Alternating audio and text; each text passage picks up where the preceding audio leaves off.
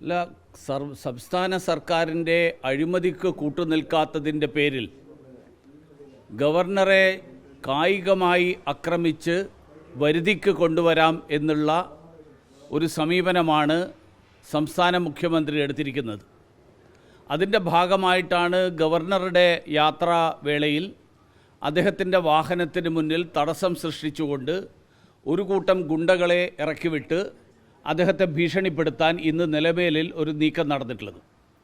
ഏതാണ്ട് 40ഓളം പേർ, 40ഓ 50ഓ പേർ അദ്ദേഹത്തിൻ്റെ യാത്രാമധ്യേ കൂടി നിൽക്കുന്നതും മാധ്യമപ്രവർത്തകരെ അടക്കം അറിയിച്ചുകൊണ്ട് ഇങ്ങനെ ആളുകളെ സംഘടിപ്പിച്ച് നിർത്തിയിട്ട് കേരള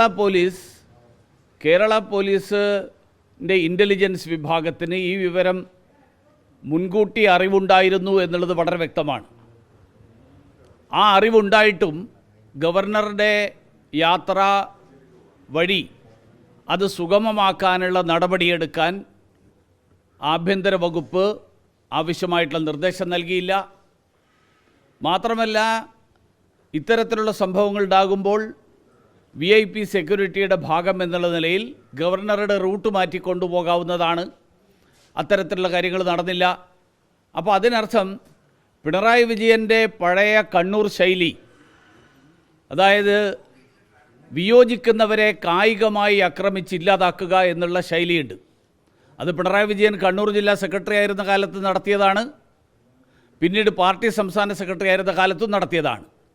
ആ ശൈലി സംസ്ഥാന ഭരണത്തിൻ്റെ തലവനായിട്ടുള്ള വ്യക്തി, സംസ്ഥാനത്തിൻ്റെ തലവനായിട്ടുള്ള വ്യക്തി ഗവർണർക്കെതിരായിട്ട് പ്രയോഗിക്കാനാണ് മുഖ്യമന്ത്രി ശ്രമിച്ചുകൊണ്ടിരിക്കുന്നത്.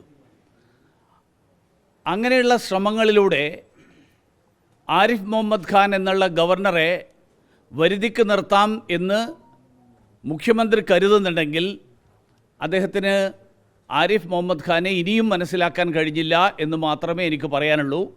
ഇത് തീക്കളിയാണ് എന്ന് പിണറായി വിജയൻ മനസ്സിലാക്കണം.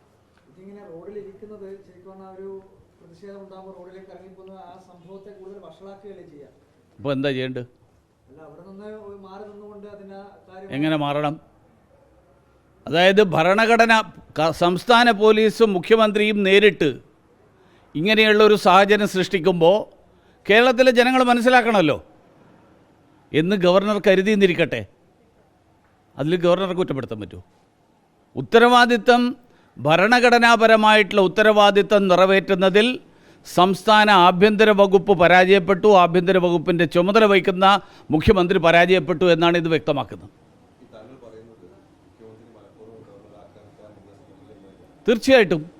അല്ലെങ്കിൽ ഇത്രയും ആളുകൾ റോഡിൽ തടിച്ചുകൂടി നിൽക്കുന്നത് മാധ്യമപ്രവർത്തകരെ അറിയിച്ചുകൊണ്ട് ആളുകൾ തടിച്ചുകൂടി നിൽക്കുന്നു എന്ന് പറഞ്ഞു കഴിഞ്ഞാൽ അതിനർത്ഥം സംസ്ഥാന ഇൻ്റലിജൻസിന് അറിയാമെന്നാണ്.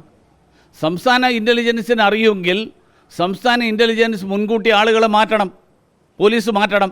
മാറ്റിയില്ലെങ്കിൽ ഗവർണറുടെ റൂട്ട് വഴിതിരിച്ചു വിടണം. ഇത് രണ്ടും ചെയ്യാതെ ഗവർണറെ ഈ ഗുണ്ടകളെ കൊണ്ട് നേരിടാൻ വേണ്ടിയിട്ടുള്ള സാഹചര്യം ഒരുക്കുക, ഗവർണറെ പറ്റിയാൽ അപായപ്പെടുത്താനടക്കം സാഹചര്യം ഒരുക്കുക, അത് മുഖ്യമന്ത്രി അറിയാതെ നടക്കില്ലല്ലോ. ഈ റൂട്ട് പോലീസ് നൽകുന്നുണ്ടോ ഈ സ്പീക്കർ? SFIക്കാർക്ക് റൂട്ട് പോലീസ് അതറിയില്ല. അതൊക്കെ അവർ തമ്മിൽ മുഖ്യമന്ത്രിക്ക് ഇതെല്ലാം അറിയാവുമ്പോൾ അതും ചെയ്യുന്നുണ്ടാവും. SFIക്കാരാണ് ഇത്. ഒരു കൂട്ടം, ഞാൻ അറിയുന്നത് പിണറായിയുടെ ഗുണ്ടകളാണെന്നാണ്.